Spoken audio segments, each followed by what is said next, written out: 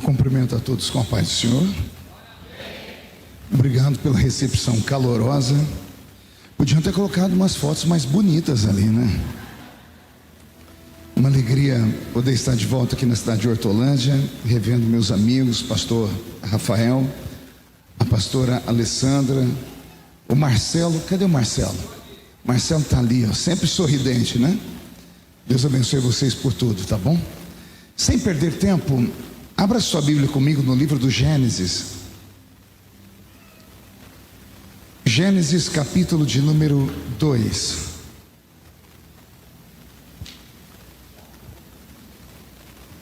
Primeiro livro da Bíblia, livro do Gênesis, capítulo de número 2. Quem encontrou, diga amém. Vamos estar em pé, em reverência à leitura do texto sagrado. Está escrito assim, Gênesis capítulo 2, versículo de número 7. E formou o Senhor Deus o homem do pó da terra, e soprou em suas narinas o fôlego da vida, e o homem foi feito alma vivente. Evangelho segundo escreveu São João, capítulo de número 20, do outro lado da Bíblia.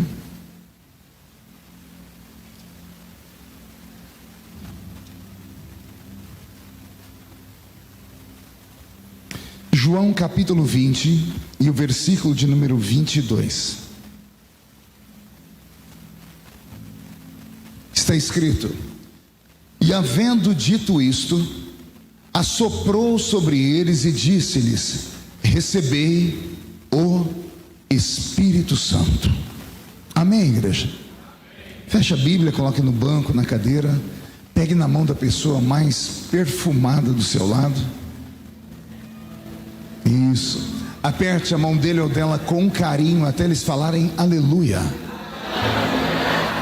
Pentecostal que não faz barulho está com defeito de fabricação, não é? Vamos orar? Senhor, nós te louvamos, nós te glorificamos, e nós entendemos que dentro de alguns minutos, e esta linda igreja uma vez mais ficará pequena para o tamanho da glória que o Senhor vai mandar do alto dos céus. Os que vieram tristes começarão a saltar de alegria. Os que vieram se arrastando não voltam para casa se arrastando. Hoje voltarão voando nas asas de um novo tempo. E antes que eu comece a revelar os seus segredos, cerque esta igreja com a sua glória. E num raio de 5 quilômetros, onde houver um demônio alojado, eu dou a esses demônios segundos para sumirem de Hortolândia, porque se não sumirem, serão queimados pelo poder da sua glória que aqui será derramada. Rasgue os céus sobre nós, manda anjos de fogo descerem aqui, que estes anjos desçam trazendo brasas de fogo nas mãos, comecem a esparramar estas brasas entre nós, e onde houver um crente cheio do Espírito Santo, pega ele nesta noite, Jesus, e mostra o caminho da verdadeira e poderosa adoração. Fala conosco, fica conosco, é o que eu te peço agora e sempre. E toda a igreja diz: os que podem, tomem seu assento, aplaudindo a Jesus, porque Ele é bom, porque Ele é maravilhoso. Querida igreja, noiva do Cordeiro, simpatizantes da nossa fé, amigos que vieram de perto ou de longe para o início dessa bela conferência, e eu tenho certeza que esses dias vão mudar a sua história para todo sempre. Aquele que vem com fome encontra alimento, aquele que tem sede vai receber da água da vida, aquele que vem em busca de um rumo vai encontrar o caminho, aquele que pede recebe, aquele que procura acha, aquele que bate, a porta se abre. Quem aqui quer algo divino da parte de Deus nesses dias? O Roberto me acompanha aqui no teclado, pastor Roberto Marinho, daqui a pouco ele vai cantar. Eu li 2 textos na Bíblia com vocês. Eu não sei se você teve a curiosidade ou se chamou a sua atenção os 2 textos. Uma palavrinha que é recorrente, tanto no Velho quanto no Novo Testamento. A palavra sopro. Diga comigo, sopro. Mais uma vez, sopro. Essa palavra vai fazer parte da minha história, da pregação aqui dessa noite. Sempre que eu ministro para uma igreja extremamente carismática e pentecostal e viva como essa aqui, eu fico meio perdido, porque eu sou acostumado a pregar em igreja onde eu tenho que jogar fogo no povo. Aí essa igreja é o contrário, é a igreja que joga fogo na gente, né? Então geralmente eu tenho dificuldade em encontrar o povo, e aqui o povo já se mostra no início, né? Então eu tenho que fazer o caminho inverso, de trás para frente. E é muito bom isso, porque a igreja viva, ela produz. A nossa proposta é uma proposta carismática, é uma proposta pentecostal. A nossa proposta é uma crença e um poder sobre-humano, sobrenatural. E no sobrenatural só acredita aquele que não é normal. Os normais só acreditam em coisas normais. Agora, aqueles que são malucos, aqueles que são loucos, aqueles que são desequilibrados, e eu não sei se tem alguém aqui assim, esses conseguem ir onde ninguém foi, e por isso acabam vendo aquilo que ninguém nunca viu. Existem perguntas filosóficas, pastor Rafael, que todo ser humano faz em algum momento da sua vida. De onde vim? O que faço aqui? E para onde vou? Essas perguntas podem ser respondidas através da palavra do Senhor. Pelo menos nós cristãos não ficamos perdidos. Nós sabemos de onde nós viemos, nós sabemos o que estamos fazendo aqui, e se sabemos de onde viemos e o que estamos fazendo aqui, nós temos certeza para onde vamos. Nós viemos do céu. Diga para o seu irmão: viemos do céu.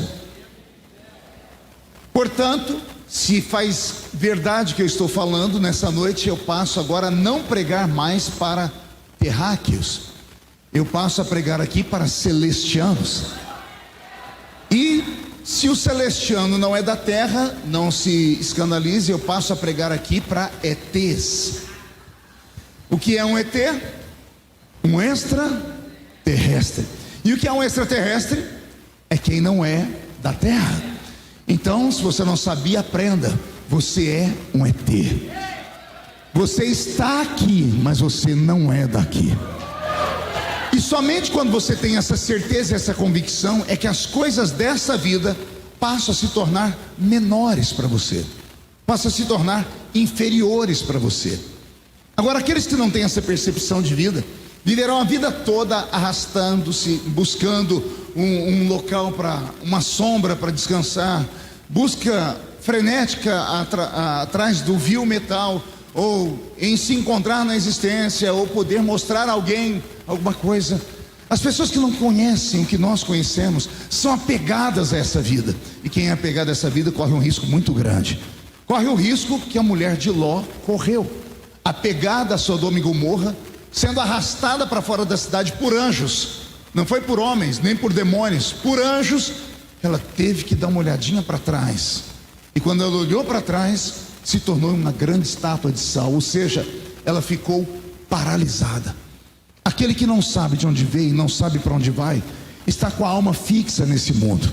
E eu estou aqui para te dar uma palavra. Se esta conferência é sobre o Espírito Santo quer colocar dentro de você um sentimento de que você é muito maior do que você pensa que é, de que você não está aqui apenas por vontade do pai e da mãe. Você não é fruto de um aborto mal feito, de uma tabelinha que não deu certo, de um método contracepcional que não funcionou. Não, você é fruto de um desejo divino. Você é um sonho de Deus encarnado nessa terra.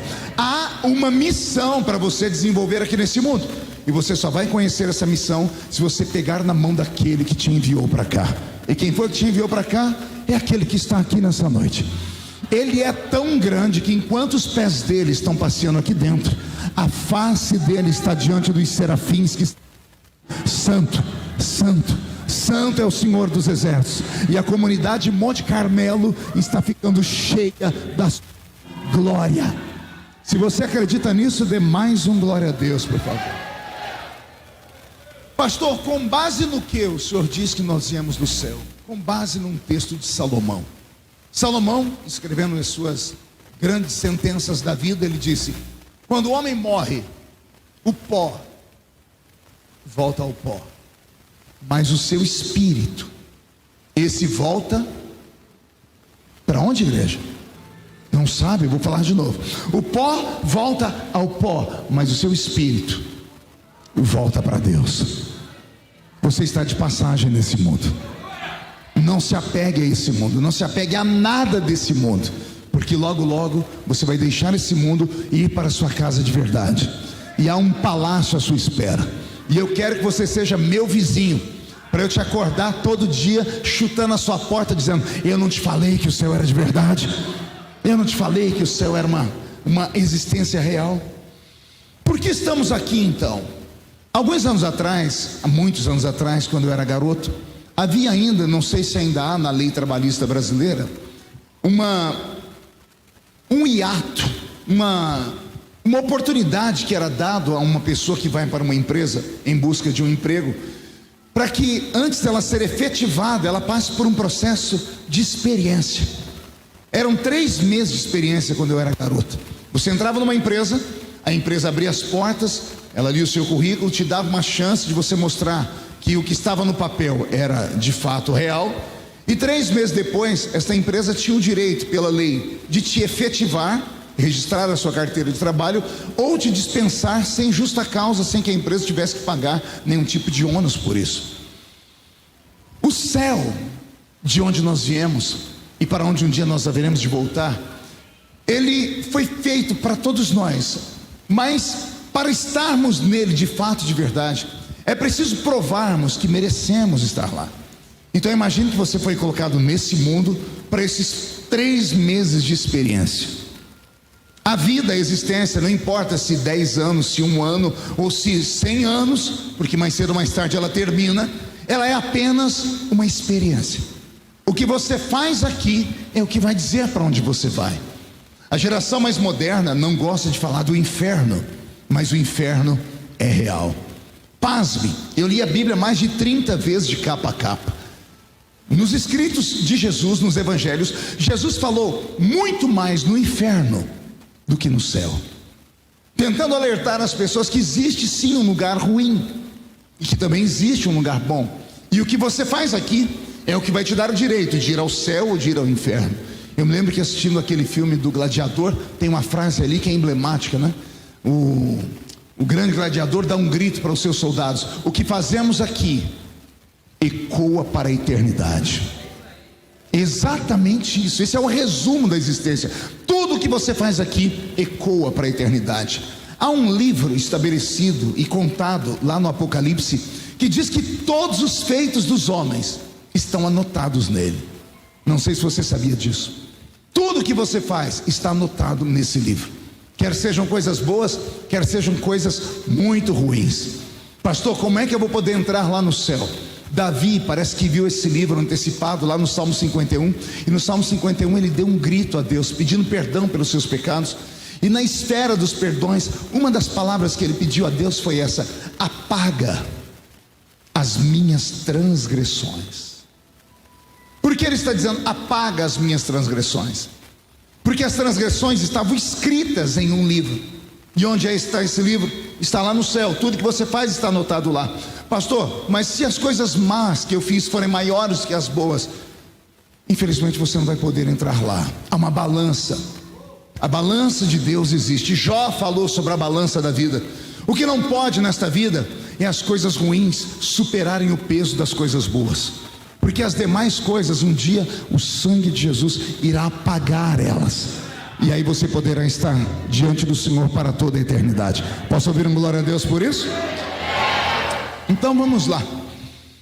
Se nós viemos de lá, viemos de que forma? Por que viemos parar nesse mundo? Estava Deus assentado no seu trono belo e majestoso, em uma eternidade, ou antes da própria eternidade nascer.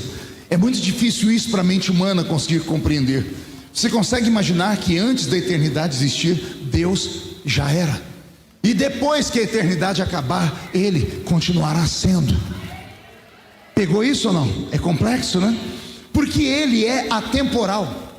Ele é antes de tudo e Ele é depois de tudo. Não existia nada antes dele. Ele é o princípio de tudo. Se é que eu posso usar a palavra princípio, porque um princípio tem um início, e Deus não tem princípio. falta palavras à nossa língua humana para classificar Deus como é a sua existência eterna. Estava ele em algum ambiente que eu não sei chamar de mundo, de céus, de universo, de cosmos, de eras, eu não consigo também definir. Eu sei que ele estava estabelecido em um ambiente, e a mente dele se expandiu. E a mente de Deus, ao se expandir, ele chegou à seguinte conclusão, penso eu: do que adianta ser Deus e não ter ninguém para dizer: tu és Deus, tu és majestoso, tu és glorioso. Vou falar de novo. Do que adianta você ser um ser todo-poderoso, onipotente, onipresente e onisciente e não ter ninguém para reconhecer isso? Vou dar um exemplo na terra. Do que adianta a senhora ou o senhor comprar uma roupa nova e andar com a etiqueta pendurada, só para os amigos falar: etiqueta? É que eu acabei de comprar agora a roupa. Do que adianta você passar por um processo através de uma empresa para você poder emagrecer um pouquinho e andar na rua com a camiseta: pergunte como foi, e aqui atrás Herbalife? Não faz sentido.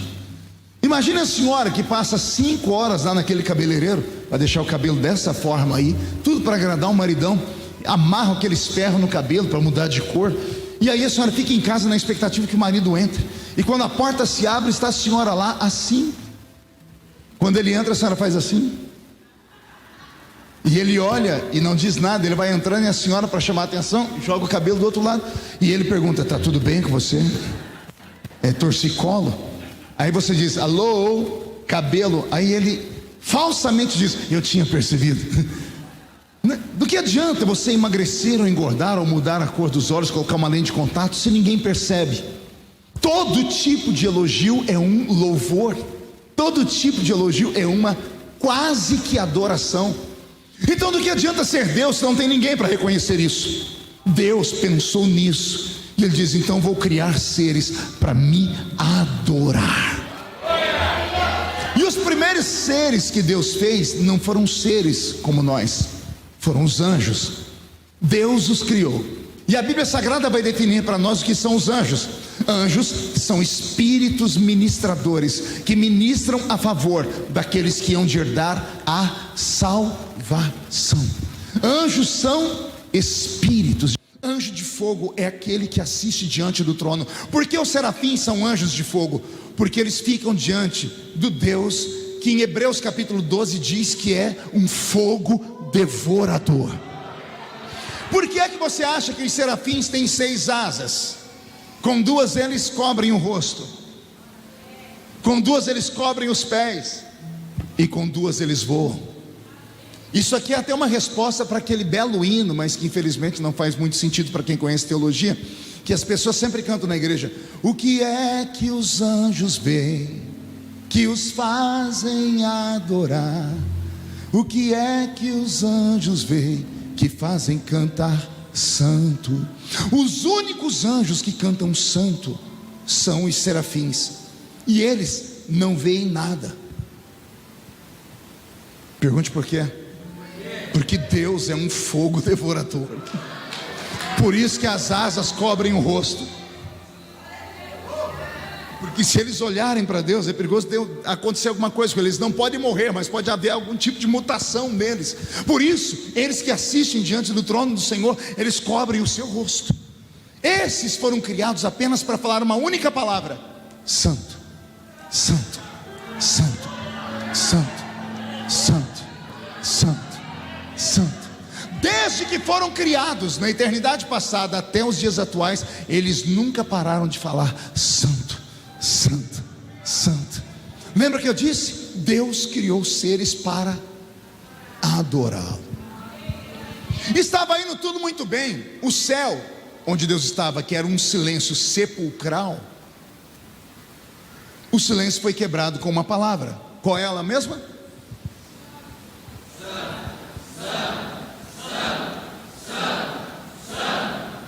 Olha que coisa linda. Não havia barulho nenhum. Aí Deus criou um único barulho. E Deus gostou tanto disso, que Deus teve uma outra ideia maravilhosa. Aí Ele resolveu criar um anjo. Esse Ele fez na ponta do lápis. Ele o chama de querubim da guarda.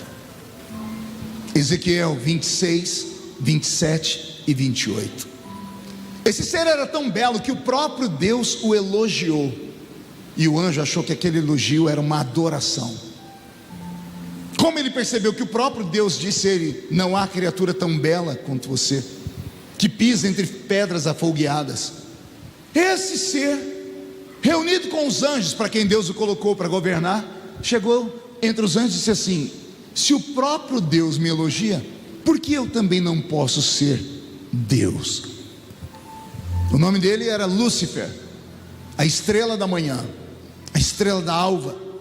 E olha que interessante, só tem 2 seres na Bíblia que recebem essa nomenclatura: Lúcifer e Jesus. O próprio Jesus é chamado de estrela da alva. Lúcifer também era. Então isso aqui dá mais um estudo de pelo menos umas 8 horas, e nós não temos tempo aqui para isso. Mas olha que interessante, Lúcifer era tão poderoso e tão grande, que Deus o criou para uma única função. Pergunte qual? Para ele criar outros tipos de barulhos, que não fosse o único barulho que existia, que era... Lá em Ezequiel capítulo 28, se não me falha a memória, no versículo 13, Deus vai dizer assim: porquanto nos dias em que eu te fiz, eu fiz em ti as obras do tambor e as obras do pífaro. Diga comigo, tambor. Diga comigo, pífaro. Um dia que eu estava lendo esse texto, eu achei tão bonito. Eu sou desenhista, pastor Rafael, entre outros talentos eu também desenho, mas eu não consigo produzir nada, eu consigo só reproduzir. Chamamos isso em artes de figuras mortas. Eu consigo reproduzir figuras mortas. Não é caixão não, tá? Figura morta é aquela que não tem expressão de vida. São figuras que têm traços definidos. Qualquer coisa que tenha um traço definido eu consigo copiar. A minha memória veio e eu reproduzo com perfeição.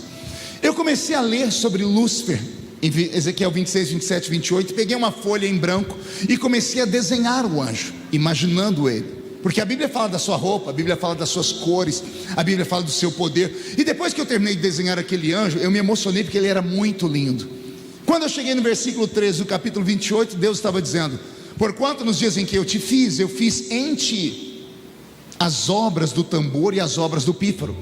Eu desenhei à parte um tambor e um pífaro, recortei e tentei encaixar no anjo, mas não dava certo, ficava feio. O tambor na frente da barriga dele fazia sumir o peitoral. O pífaro pendurado no seu peito fazia a mesma coisa. Na cintura não dava certo por causa da sua linda espada. Atrás, nas suas asas, atrapalharia ele de voar. E eu falei: mas Deus, Senhor, está escrito que o Senhor fez aqui o tambor e o pífaro. Onde é que ficava o tambor e o pífaro nele? Eu tive que ler umas 100 vezes para minha mente abrir. Quando eu entendi, eu me emocionei. Porque olha como a Bíblia é um livro de códigos. Deus está dizendo a Lúcifer: nos dias em que eu te fiz, eu não fiz o tambor, eu não fiz o pífaro, eu fiz em ti, é dentro. Eu fiz dentro de ti as obras, não o tambor, mas as obras de um tambor. Eu fiz dentro de ti as obras de um pífaro e não um pífaro. E o que é a obra de um tambor e o que é a obra de um pífaro, senão o som que eles produzem? Roberto, me ajuda. Roberto, qual é a obra de um tambor? Meu Deus. Roberto, qual é a obra de um pífaro? Tambor, pífaro. Tambor, pífaro. Só que Deus falou que estavam os 2 sons dentro de Lúcifer. Mistura os 2.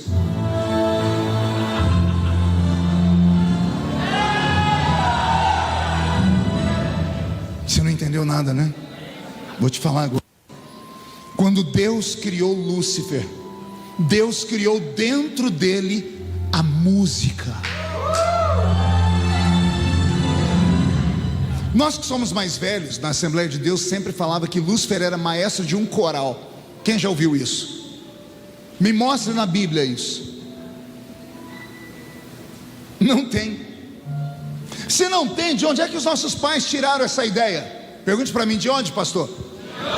Os missionários que fundaram as Assembleias de Deus no Brasil, que é a primeira igreja pentecostal, eram europeus que fizeram uma temporada na América, e os estudos em inglês e e na Europa já davam ensinamentos disso. Ao chegarem aqui, eles não conseguiram explicar, eles só falavam para os seus filhos. Lúcifer era o maestro. Isso foi passando de geração em geração e ninguém nunca descobriu por quê. Foi só estudando profundamente que eu entendi. Lúcifer era o maestro porque ele era a própria música. Deus fez dentro dele a música. Pastor, prova isso, eu provo para você. As notas musicais primárias, elas têm um número exato. Vocês lembram das notas musicais? São elas, vai lá, Roberto.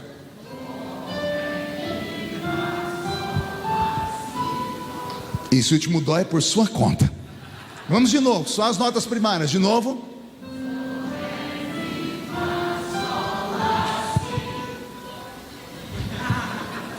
Vigia, criatura. Vamos de novo, Roberto.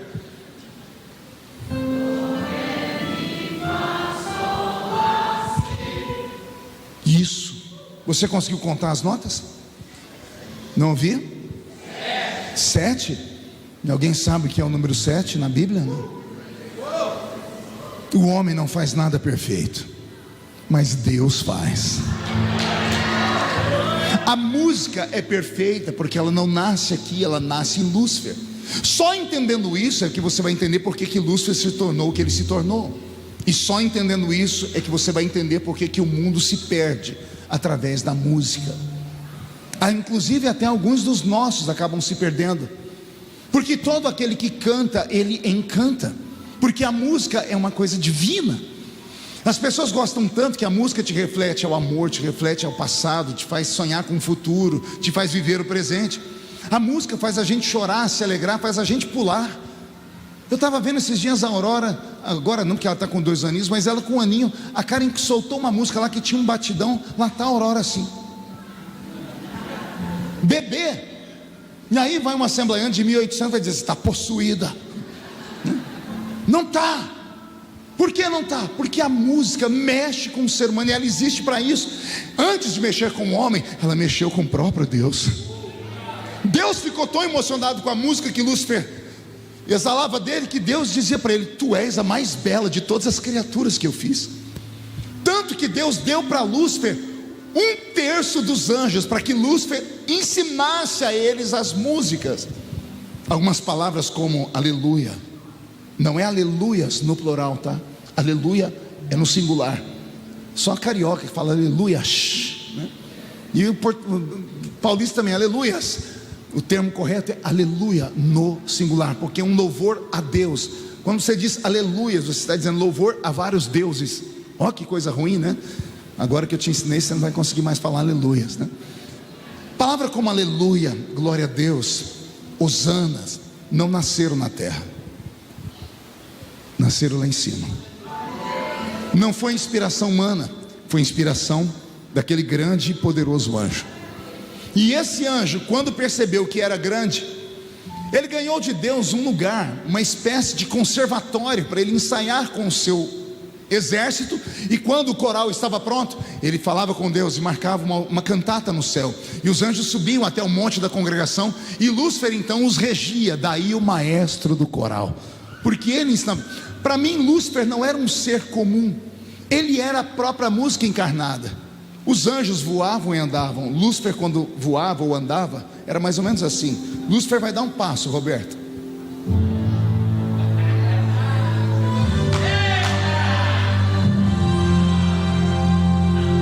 Entende isso?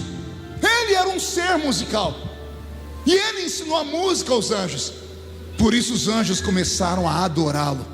E aí no livro do profeta Isaías está escrito: e tu dizias no seu coração, eu subirei aos céus, acima das estrelas, do trono de Deus colocarei o meu trono. E ele tinha um desejo, pergunte qual? E eu serei semelhante ao Altíssimo. Olha o desejo dele, ser semelhante a Deus. Se a Bíblia diz que ele dizia no coração dele, Isaías capítulo 13, capítulo 14, é porque isso não aconteceu lá, aconteceu em um outro lugar, que estava abaixo do céu. Porque a Bíblia diz, e tu dizias no seu coração, eu subirei. Se ele ia subir, é porque ele estava em um outro lugar. E aqui é uma outra pregação, que eu volto aqui para um outro dia. que é o meu pensamento sobre esse nosso planetinha azul aqui. Essa terra já foi morada de anjos. Maluquice, né? O senhor pode provar, pastor? Gênesis 1:1. No princípio criou Deus os céus, no plural, e a Deus faz alguma coisa sem sentido? Deus faz alguma coisa quebrada? Deus faz alguma coisa caótica? Então o que aconteceu no versículo 2? E a terra era sem forma e vazia. Isaías 45:18. Deus não fez a terra para ser vazia. A palavra sem forma e vazia fala de caos, de destruição. Aconteceu algo com esse planeta. Pastor, o que o senhor vai falar agora?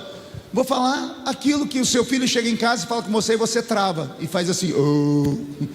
Papai, os dinossauros existiram?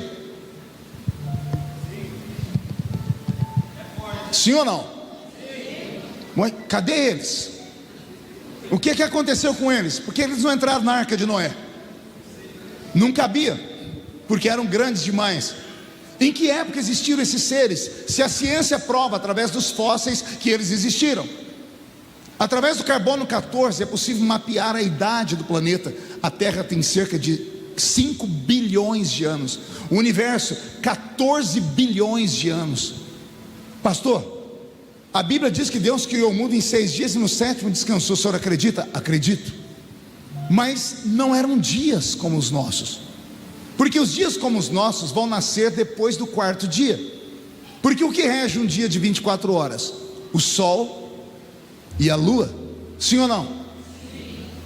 Antes do dia 4, ou antes do 4º dia, não havia sol nem havia lua. Pastor, o senhor está dizendo que o senhor acredita no Big Bang? Acredito. Agora eu vou desviar. Não desvia não. Eu vou te mostrar o Big Bang na Bíblia. Abre a sua Bíblia aí, capítulo 1 do livro do Gênesis. Vai lá. Gênesis capítulo 1, versículo de número 3. Olha o Big Bang aí. O que é o Big Bang? Não foi uma explosão? Uma explosão do nada? Não é isso que a ciência diz para os nossos filhos? Houve uma explosão do nada, e a partir dessa explosão o universo se encheu de átomos, de íons. Esses átomos acabaram se tornando em matéria, a matéria em luz, e por aí afora vai. No versículo 3 do Gênesis do capítulo 1 nós temos o Big Bang. E disse Deus: haja luz. Haja luz. Que luz é essa que Deus está criando aqui? Se o sol só vai nascer no 4º dia, no processo da criação. Estão entendendo? A ciência e a religião podem caminhar juntas. Pastor, estou me lembrando aqui que a ciência diz que os dinossauros morreram quando um cometa saiu da sua órbita, bateu na Terra e tirou a Terra da sua órbita, e a Terra entrou na era glacial. As águas se elevaram e o planeta se congelou. Quem já ouviu essa teoria? Eu acredito mais ou menos nisso. Só que para mim não foi um cometa que caiu na Terra, foi uma estrela. Lá em Lucas, Jesus falou: eu via Satanás caindo do céu em forma de um raio. Como foi que Satanás caiu? Ele caiu porque em Apocalipse 12 diz que houve uma batalha no céu. E como foi que a batalha começou? Alguém lembra? A batalha começou porque Deus levantou, aliás, Deus criou um guerreiro para brigar exclusivamente com Lúcifer. Aqui nasce o arcanjo Miguel. Pergunte por quê? Porque o arcanjo Miguel é uma resposta. Lúcifer diz: eu subirei as estrelas, acima das estrelas, exaltarei o meu trono e serei semelhante ao... A palavra semelhante é igual, serei igual ao Altíssimo. A palavra Miguel é uma pergunta. A palavra Miguel significa: quem é igual a Deus? Miguel é a resposta. Lúcifer diz: eu serei igual a Deus. Lá no céu Deus gritou: quem é igual a mim? Como o som saiu da boca dele, o sopro, o hálito, a nossa voz só sai por causa do hálito que vem junto com ela. Saiu de dentro do próprio Deus o arcanjo Miguel. E Miguel lutou contra Lúcifer. E Lúcifer e 1/3 das estrelas caíram do céu. E Jesus disse: eu via Satanás caindo do céu em forma de um relâmpago. O meu pensamento é que a terra de Gênesis 1 e 1 não é a mesma terra de Gênesis 1 e 2, porque em Gênesis 1 e 1 ela é perfeita, e em Gênesis 1 e 2 ela está destruída. E pior, a terra era sem forma e vazia, e o Espírito de Deus, não ouvi, pairava sobre a face das águas. A palavra pairava não é parava. Pairar é se mover. O Espírito de Deus se movia em cima das águas. A pergunta que fica é: para quê? Pergunta para mim: para quê, pastor? No original, no hebraico, a palavra pairava, ela tem uma conotação com carceragem. É o trabalho que um carcereiro faz em uma cadeia. Os presos estão ali e o carcereiro passa de hora em hora olhando para ver se está todo mundo preso. O Espírito pairava sobre a face das águas. Quer perguntar para quê? No princípio criou Deus os céus e a terra. Os céus, o seu reino; a terra, o nosso reino. O reino do diabo não existia. Ele é um acidente de percurso. O inferno não existia, porque é um acidente de percurso. Quando houve a batalha, não havia um lugar para colocar Lúcifer e os seus demônios, os anjos que são transfigurados em demônios. Deus teve que fazer uma metamorfose na estrutura cósmica deles, porque eles perderam o brilho, se transfiguraram, deixaram de ser anjos de luz. E Deus teve que criar uma prisão para eles. Esse é o meu pensamento. E a prisão foram as águas. Os demônios foram aprisionados nas águas, até Deus criar o inferno. Por isso o Espírito de Deus pairava sobre a face das águas. Quando Deus cria o inferno, Ele arranca esses espíritos daqui e os lança lá. Pastor, com base no que o senhor diz isso? Alguém aqui crê em anjo? Quem crê que anjo existe? Alguém já viu algum? Alguém já teve uma visão, experiência? Alguns tiveram. Você já viu em alguma igreja algum crente levantar cheio num poder e dizer assim: eis que eu sou Gabriel e trago um recado do céu? Sim ou não? Você nunca viu isso? Você nunca viu um anjo incorporar? Nem eu. Por quê? Porque eles não podem, mas os demônios podem. Quem já esteve no culto e viu lá o chefão? Pastor, não vou colocar, cadê? Eu quero o chefão aqui. Aparece: sou eu. Quem já viu isso? Tem uns que tem uns apelidos, né? Zé Pilintra, Chucaveira, Tranca-Rua, né? Demônios incorporam, anjos não. Pergunte a mim por quê?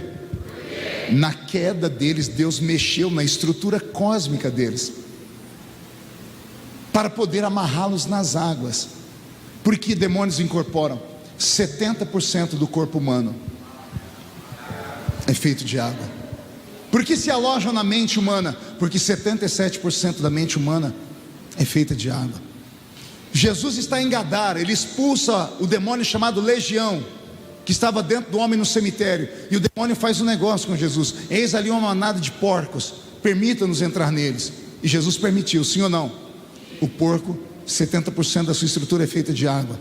Aí os porcos vão e se lançam dentro das águas.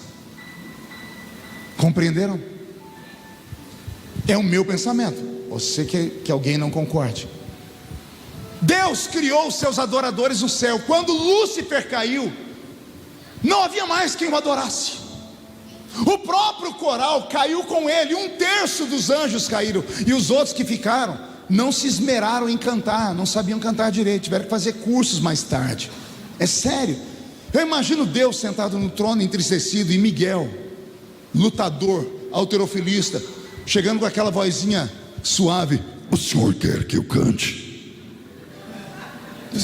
Sua voz não vai dar certo. Porque os adoradores, os que foram separados para cantar, caíram. Quando isso aconteceu, Deus disse: eu já não vivo mais sem adoradores.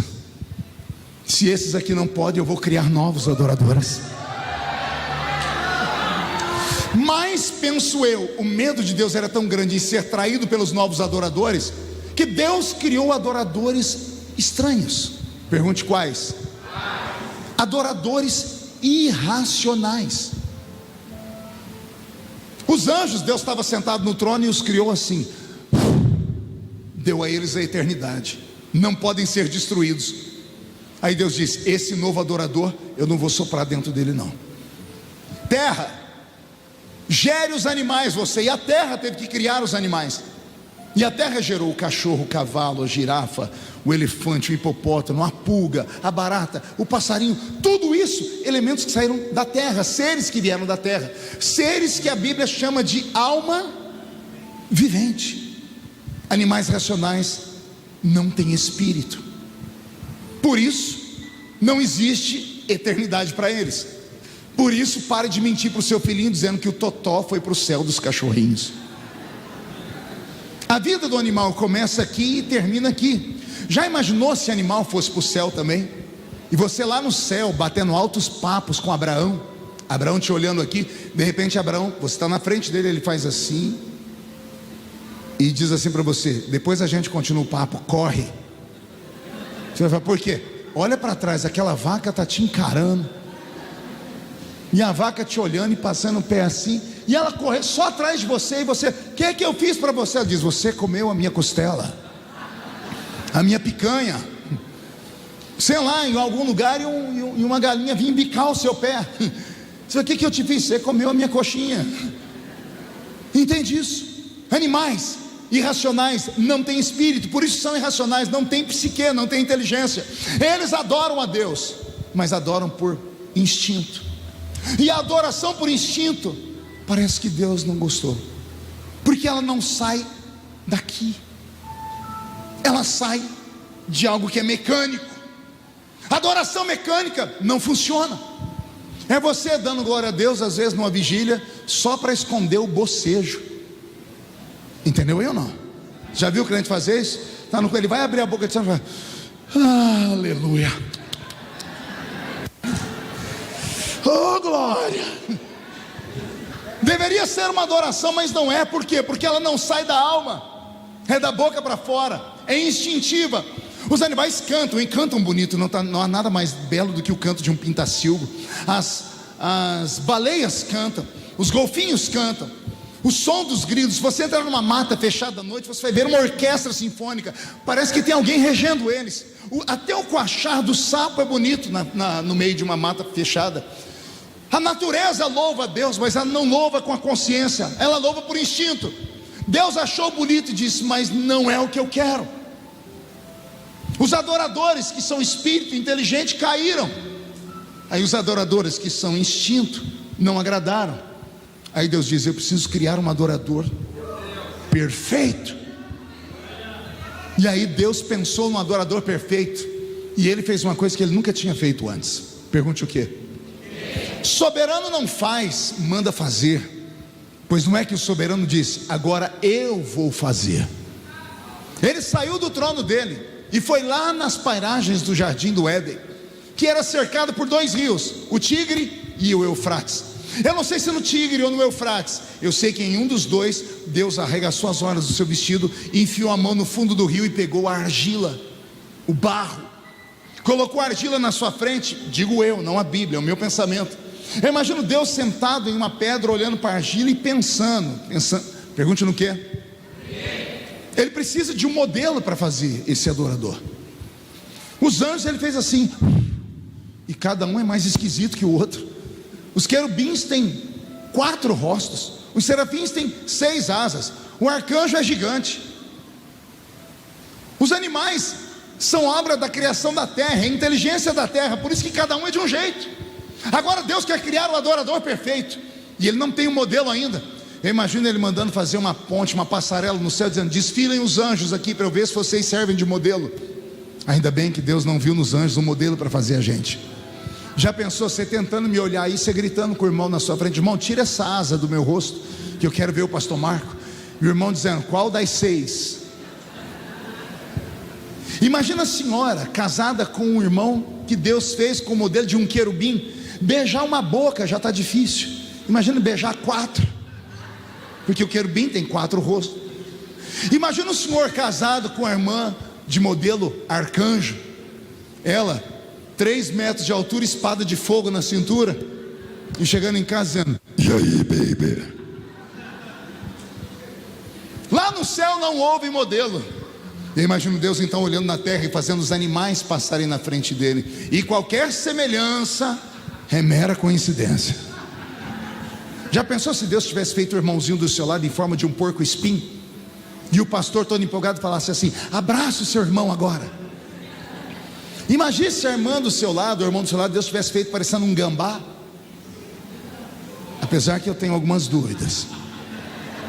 Tem umas criaturas que parece que escovaram o dente com o rabo do gambá quando vem falar com a gente. Ainda bem que não houve na terra nada. Só o Charles Darwin que achou que Deus fez o homem parecendo com um chimpanzé. E eu respeito o pensamento dele. Se o tataravô dele foi um chimpanzé, é problema dele. Não havia modelo na terra, só sobrou um reino: as águas. E eu imagino Deus olhando profundamente nas águas, e Deus não encontrou modelo nas águas. Já pensou se Deus tivesse feito o irmão do seu lado parecendo um baiacu?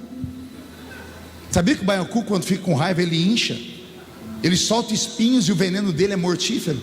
Imagina a irmã do seu lado parecendo um peixe espada. Deus não viu modelo nas águas. E eu imagino que Deus então parou de olhar e ficou em meditação. O vento devia estar soprando no Éden, até que o vento parou, e a água parou de movimentar. E a água parada vira... Não ouvi. A água parada vira um espelho. E ele estava olhando para baixo.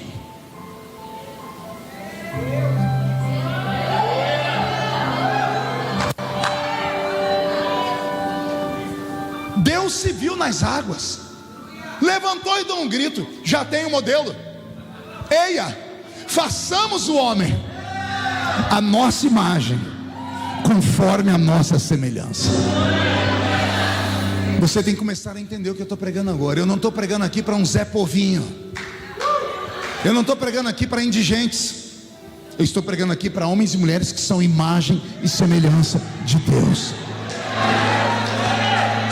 Por que você acha que o diabo te odeia tanto, querido? Você sabe que você não tem onde cair morto, onde ir lá vivo. Você sabe que as pessoas te perseguem. Você mesmo fala: meu Deus, eu sou pobre porque as pessoas têm inveja de mim. Elas não têm inveja de você, elas têm inveja do que você é. O diabo te odeia pelo que você é. Pastor, o que é que eu sou? Você é herdeiro de tudo que ele teve um dia. Essa terra era dele, mas quando Deus fez o homem, Deus disse: a terra agora é sua. Domine a terra, sujeite a terra. Deus está dizendo: é você quem vai governar essa jossa aqui. A terra é tão poderosa, e Deus deu ao homem a terra como governador, que ao invés de Deus colocar o homem no pior lugar do mundo para morar, que poderia ser o deserto do Saara, poderia ser os Alpes suíços onde só tem gelo, aí Deus fez o homem morar no Éden. O melhor da terra é meu, o melhor dessa terra é seu. Você não pode aceitar nada menos do que isso. Pastor, e como é que eu atraio esse poder? Se você não souber quem você é, você não sabe para onde você vai, você não terá direito a reclamar os seus direitos. Charles Spurgeon conta em seus escritos que uma vez ele foi visitar uma santa mulher. Alguém pediu para que ele fosse orar por uma mulher que havia sido escrava, e ela foi liberta. E ao chegar à beira da cama, ele orando por ela, já muito velha, ele olhou em cima da cama dela um quadro já roto, bem velho, e ele viu um papel que ele conhecia porque ele era um homem letrado. E ele disse: o que é isso aqui? E a mulher abriu um sorriso desdentada e disse: antes da minha ama morrer, ela me deu a liberdade e me deu esse documento. Ela morreu pobre, sem autoridade, porque ela não sabia o que ela tinha. Alguns entre nós vivem uma vida como um pedinte de esmola, porque não sabemos quem somos e nem de onde viemos. Nesta noite eu estou dizendo de onde você veio. Vou falar mais, eu estou dizendo quem você é nesse mundo. E o que eu vou falar agora é só para crente doido. Quando esse culto terminar, vamos inverter a história.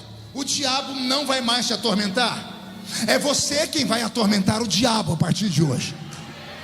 Não entendeu? Ficou com medo? Teve uma irmã que fez o sinal da cruz ali. Está na igreja errada, querido. Escute aqui, vou falar de novo. O diabo não vai mais te atormentar. É você quem vai atormentar ele. É você que, quando sair daqui, colocar o pé na rua da sua casa, vai dar um grito lá e vai falar assim: está chegando o dono da rua. O tranca-rua vá para o inferno. Quando você chegar na sua casa nessa noite, antes de entrar, abra a porta, olha o relógio e diz: vou imitar o pastor Marco. Todos os demônios que estão aí dentro têm 5 segundos para sair. E conte 5 segundos. Se você não sentiu que saiu nada, entra, fecha a porta, fecha as janelas, arregaça a manga e diz: agora eu vou te quebrar no pau.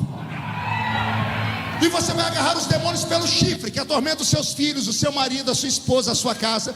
Demônios que levaram para a sua vida enfermidades, que levaram para a sua vida miséria e pobreza. E você vai mostrar para eles quem você é. Você vai mostrar para eles que você não é um qualquer. Por que é que você acha que a Bíblia Sagrada diz assim, que o homem precisa nascer? Ninguém completa as minhas sentenças, ô Jesus. Vou falar de novo. A Bíblia diz que é necessário que o homem nasça de novo. Vamos lá, é necessário que o homem nasça. Quem aqui já nasceu de novo? Então olhe para mim, murcha a barriga e estufe o peito. Por que é que Deus quis que você nascesse de novo?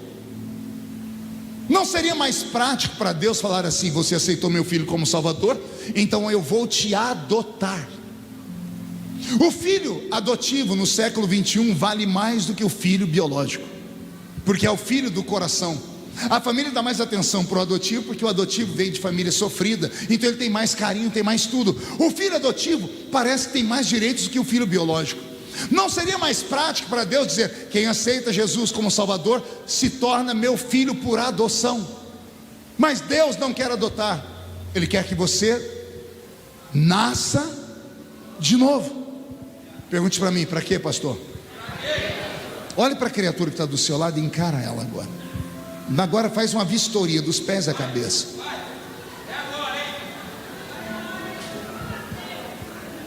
Esse cabelinho aí é herança de quem? Mamãe ou papai? Esses olhos cor de jabuticaba, essa perninha torta, essa melanina na pele, esse dentinho falhando. Todo mundo olha para você e vê o pai ou vê a mãe. Eles veem os seus genitores, porque nós, quando nascemos, herdamos características genéticas dos nossos pais. Deus não quer te adotar, porque o adotivo não tem característica genética do pai, mas o que nasce. Vou falar de novo. Aquele que nasce herda a característica genética do seu pai. Não entendeu ainda? Vou ter que desenhar. Eu não estou pregando para qualquer um. Deus olha do céu para a terra e só vê 2 grupos de pessoas. Ele não vê negro e branco, pobre e rico, bonito e feio. Ele vê criaturas e vê filhos.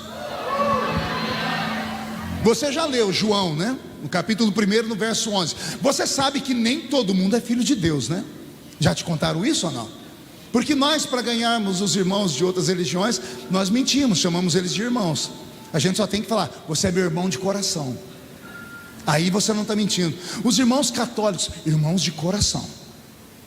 Porque para ser meu irmão tem que nascer do meu pai, tem que ter a mesma genética. E João diz: ele veio para os seus não receberam, mas a todos quanto receberam, deu-lhes o poder de serem feitos filhos de Deus.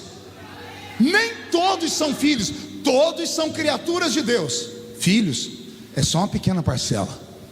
Eu não estou pregando para criaturas nessa noite. Vou falar de novo. Eu estou pregando para filhos. Vou perguntar: quem aqui é filho de Deus? Dá um grito para acordar a cidade inteira. Pastor, posso me aprofundar?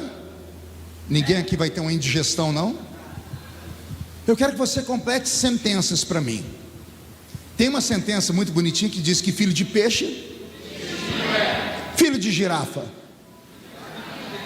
filho de leão, filho de hipopótamo, um filho de um passarinho, porque cada espécie gera a sua espécie. Filho de peixe? Filho de cachorro? Filho de gato? Filho de Deus?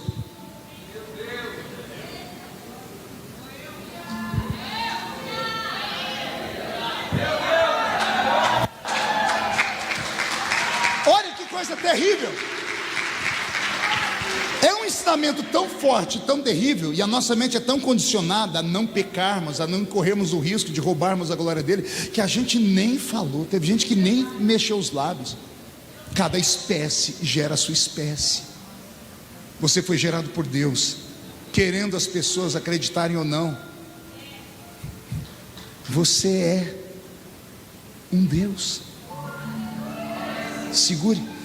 Você só não é um Deus com D maiúsculo. Você é um Deus com D minúsculo. Eu vou te mostrar na Bíblia. A Bíblia diz que Deus é Rei dos reis, sim ou não? Sim. Senhor dos senhores, sim ou não? Sim. Ele é Deus dos deuses, sim ou não? Sim. Mas existe outro Deus além dele? Então, que deuses são esses? Está escrito nos Salmos: Deus é Deus dos deuses. Só que os deuses lá estão com D minúsculo.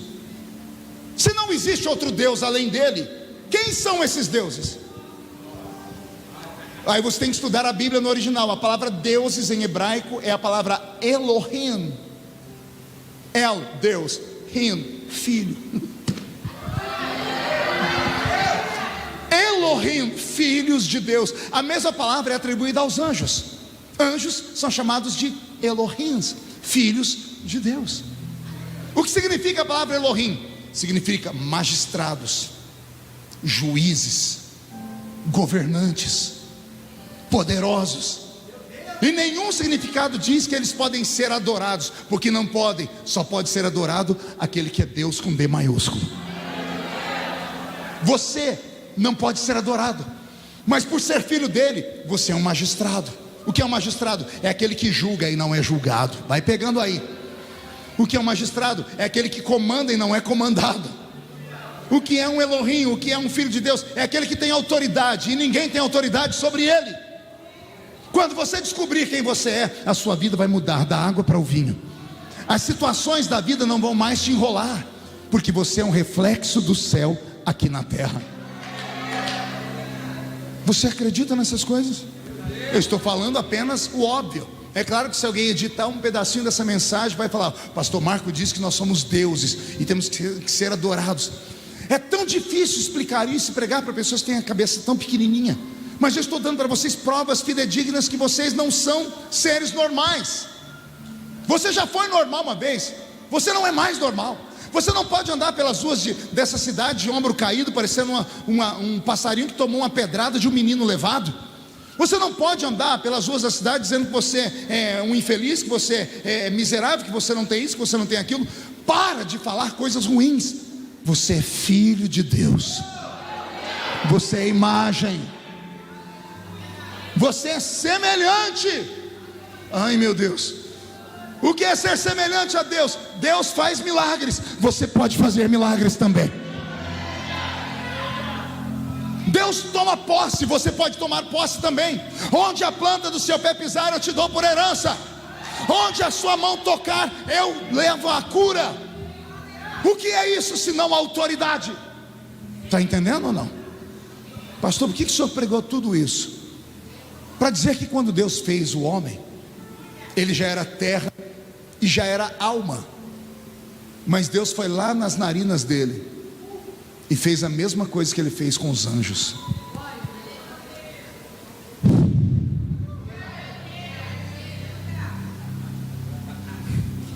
Parte de Deus está aqui dentro.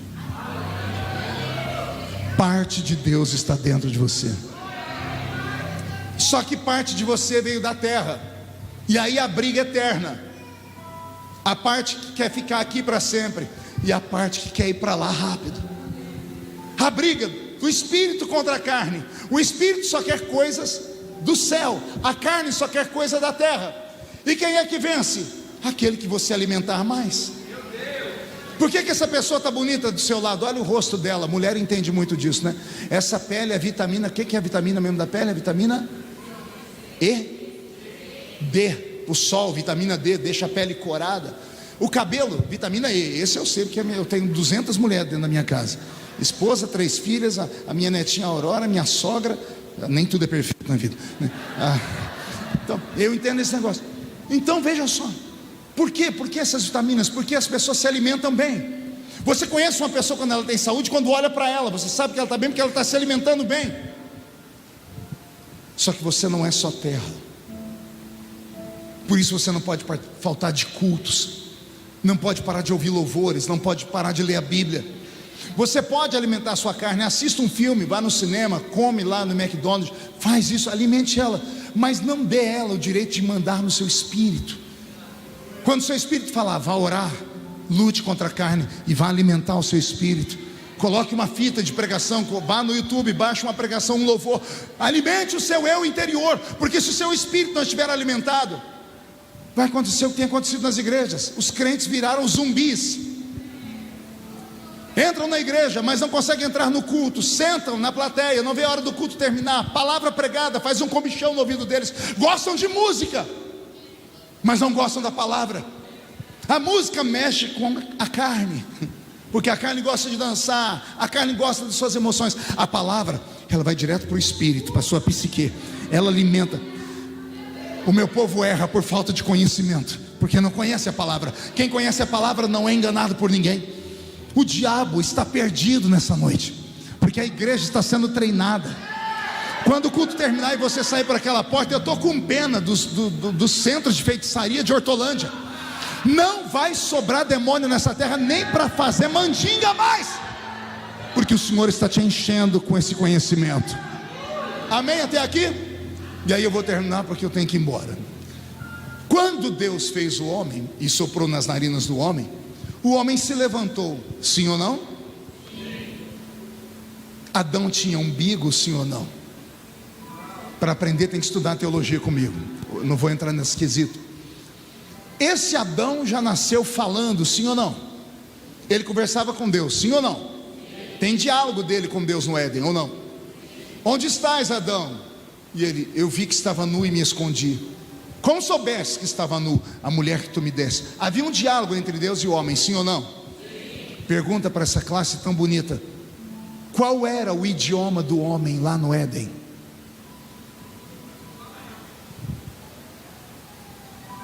Vai lá, pensa aí. Eu vou sentar para você pensar. Qual era a língua que o homem falava no Éden?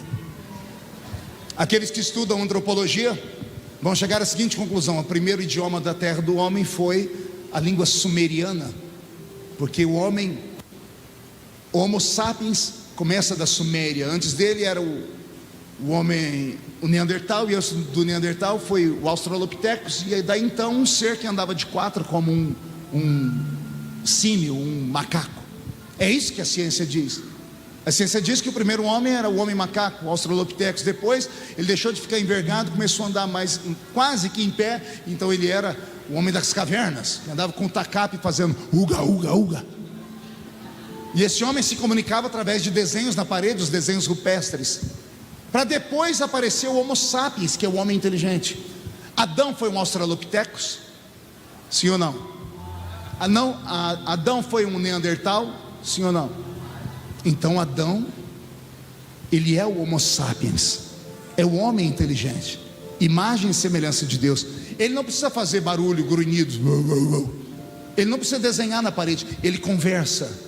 Ele conversava com Deus em qual idioma? Pergunte para mim qual, pastor? No céu Deus conversava com os anjos, porque os anjos são parte dele. A língua dos seres inteligentes celestes, a língua do céu, sim ou não? Pois bem, se os anjos conversavam com Deus na língua do céu, o apóstolo Paulo até vai dizer isso, ainda que eu falasse na língua dos, porque anjos conversam. O idioma que Adão falava no Éden é simples. Ele falava o idioma do seu pai. Filhos falam o idioma dos pais. Se você fala português, seus filhos vão aprender a falar português. Se você falasse russo, seus filhos saberiam falar russo. O primeiro idioma do homem foi a língua do céu. o homem falava em línguas estranhas. O idioma de Adão era o idioma das línguas dos anjos. E o que aconteceu? Ele pecou. Ao pecar, ele foi se afastando de Deus. Nos tempos de Noé, Deus disse assim: o meu espírito não contenderá mais com o homem. No original é: meu espírito não pode mais estar dentro de você. Deus retirou o Espírito Santo da terra. Ao retirar o Espírito Santo, o homem virou um animal irracional. Depois do dilúvio, vem a Torre de Babel. O primeiro rei do mundo, Nimrod, ele mente à população dizendo: e se Deus destruir a terra com água de novo? Deus prometeu que não ia. Por isso ele colocou o arco-íris no céu. Mas ele enganou a terra. Fizeram uma torre. Eles disseram: subamos até o topo dos céus e aí escaparemos desse desastre que Deus pode mandar. A Bíblia diz que Deus ficou tão irado que Deus saiu do céu e ele gritou no plural: eia, desçamos e confundamos o quê? Confundamos o quê? A língua dos homens. A palavra confundir no original é: tiremos do homem o poder de falar conosco. Tiremos do homem o poder dele se comunicar conosco no nosso próprio idioma. Na Torre de Babel, Deus tirou o resquício do céu que estava dentro do homem, e o homem passou a ser um animal irracional. Grupos começaram a falar línguas que brotaram na terra. Cada grupo falando a sua língua foi se apartando da terra. Tem um versículo em Gênesis que diz: porquanto nos dias de Peleg se dividiu a terra. A terra era uma crosta única, chamada de complexo da Pangeia. Havia apenas um único continente. Nos dias de Peleg houve um terremoto e a terra se dividiu. Se você pegar um mapa mundi aberto, pegar o Brasil e Angola, a África, você vai ver que é um quebra-cabeça. Foi por isso que os homens se apartaram para todos os cantos com as suas línguas. A partir desse momento, o homem perdeu tudo. Deus abandonou a raça humana. Foi por isso que mais tarde, lá na Mesopotâmia, a misericórdia de Deus começa a aparecer.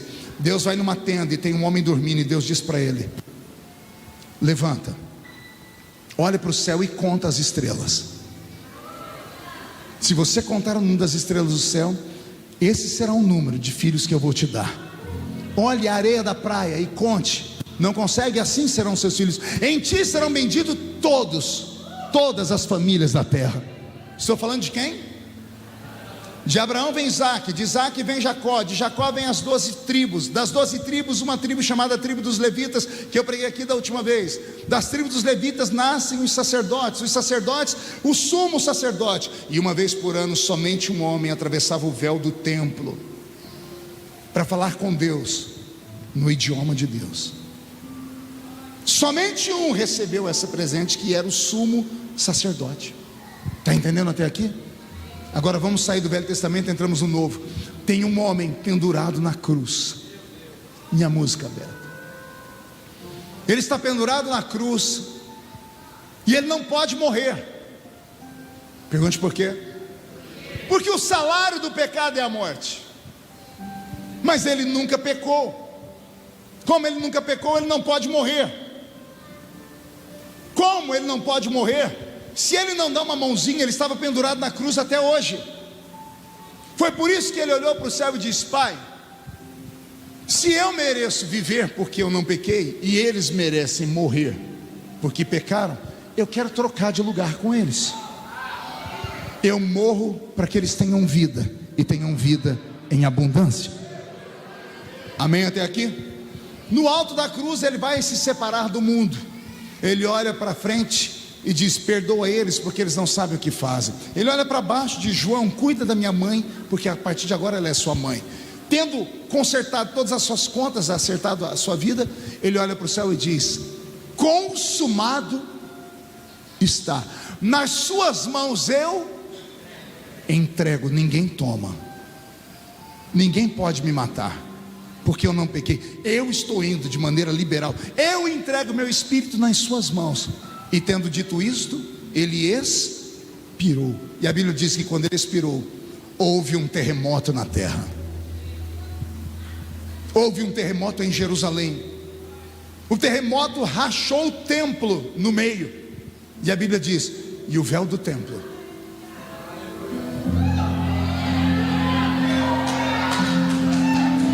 O véu do templo foi rasgado. E a Bíblia fala de que forma? De baixo para cima? Da esquerda para a direita? Da direita para a esquerda? Antes de falar como foi rasgado, deixa eu explicar o que era o véu. O véu era feito de pele de animais, pesava 1 tonelada.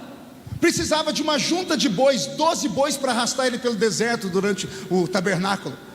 Foi feito para ser intransponível, ninguém pode passar, ninguém. O homem era proibido de falar com Deus, não tinha mais idioma para falar com Deus. Aí quando Jesus morre na cruz, Deus tira a mão do céu e enfia lá dentro do templo. E ele pega de alto a baixo. Deus pegou por cima e rasgou o véu do templo. Agora o homem pode falar com Deus, não precisa mais de secretário. Amém até aqui? Respira fundo, diga amém. Amém. Cereja do bolo, só que ainda não está perfeito. Porque o homem pode falar com Deus, mas ele não tem um idioma para falar com Deus.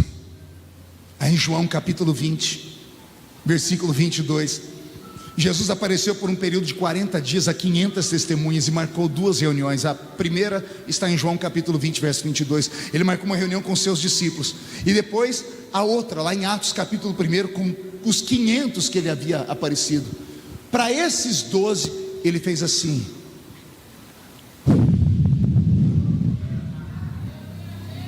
E ele disse: recebei o quê? Não ouvi. Recebei o Espírito Santo.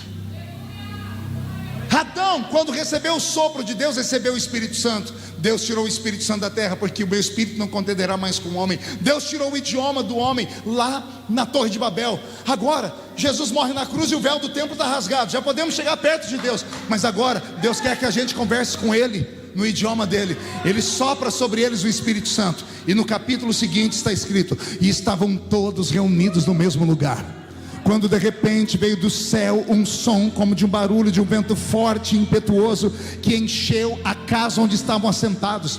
Foram vistos por eles línguas repartidas como que de fogo, as quais pousaram sobre cada um deles, e todos foram cheios do Espírito Santo e começaram a falar em outras línguas, conforme o Espírito Santo lhes concedia que falassem. Os crentes são batizados com o Espírito Santo. E aí você vai ter uma matéria para estudar em casa. Vou te dar uma tarefa. Primeira carta aos Coríntios, capítulo 11, 12, 13 e 14. Leia na sua casa, medite, e você vai entender o que são línguas estranhas. Você vai entender por que nós temos que buscar o batismo com o Espírito Santo. Você vai entender porque nós, pentecostais malucos, ficamos na presença de Deus até falar em línguas pela primeira vez. No capítulo 14 da carta aos Coríntios, Paulo diz: aquele que fala em línguas não fala a homens, fala a Deus. E ele vai mais longe: porque em mistérios ele fala com Deus. Paulo diz: aquele que fala em línguas, a sua mente fica sem fruto, porque a pessoa não sabe o que está falando. Ele diz: mas o seu espírito, ele ora bem. O que são línguas estranhas? Línguas estranhas são a devolução parcial da autoridade que Adão tinha no Éden. Por isso que a Bíblia chama Jesus de o segundo Adão. Aquele que o primeiro Adão perdeu, o segundo veio resgatar e trouxe e devolveu para todos nós. Há uma autoridade sobre a vida do crente pentecostal que, se ele entendesse, ele não ficaria me olhando o culto inteiro com essa cara feia, parecendo que foi batizado num pote de vinagre. Se entendesse o poder do Pentecoste, não ficaria com essa boca travada, essa boca de aço, essa língua de ferro e esse queixo de concreto. Se você soubesse o que acontece quando você fala em línguas, o céu se curva, o demônio se desespera. Os anjos que caíram, que estão te ouvindo falar em línguas, como você não fala só uma, fala em variedades de línguas, eles pegam um dicionário desse tamanho, e quando eles acham o significado da primeira palavra, dequébias, você já falou umas 56 palavras, eles nunca vão entender o que você está falando, mas Deus entende na hora, e a resposta vem. Esta geração precisa conhecer o Espírito Santo, porque o Espírito Santo é aquele que concede os dons. Todos os dons são entregues à igreja por intermédio dele. Agora escute, para eu encerrar: o batismo com o Espírito Santo é uma chave. É uma chave que abre uma prateleira. Na verdade, um armário que tem 9 prateleiras. Em cada uma das prateleiras está um talento sobrenatural.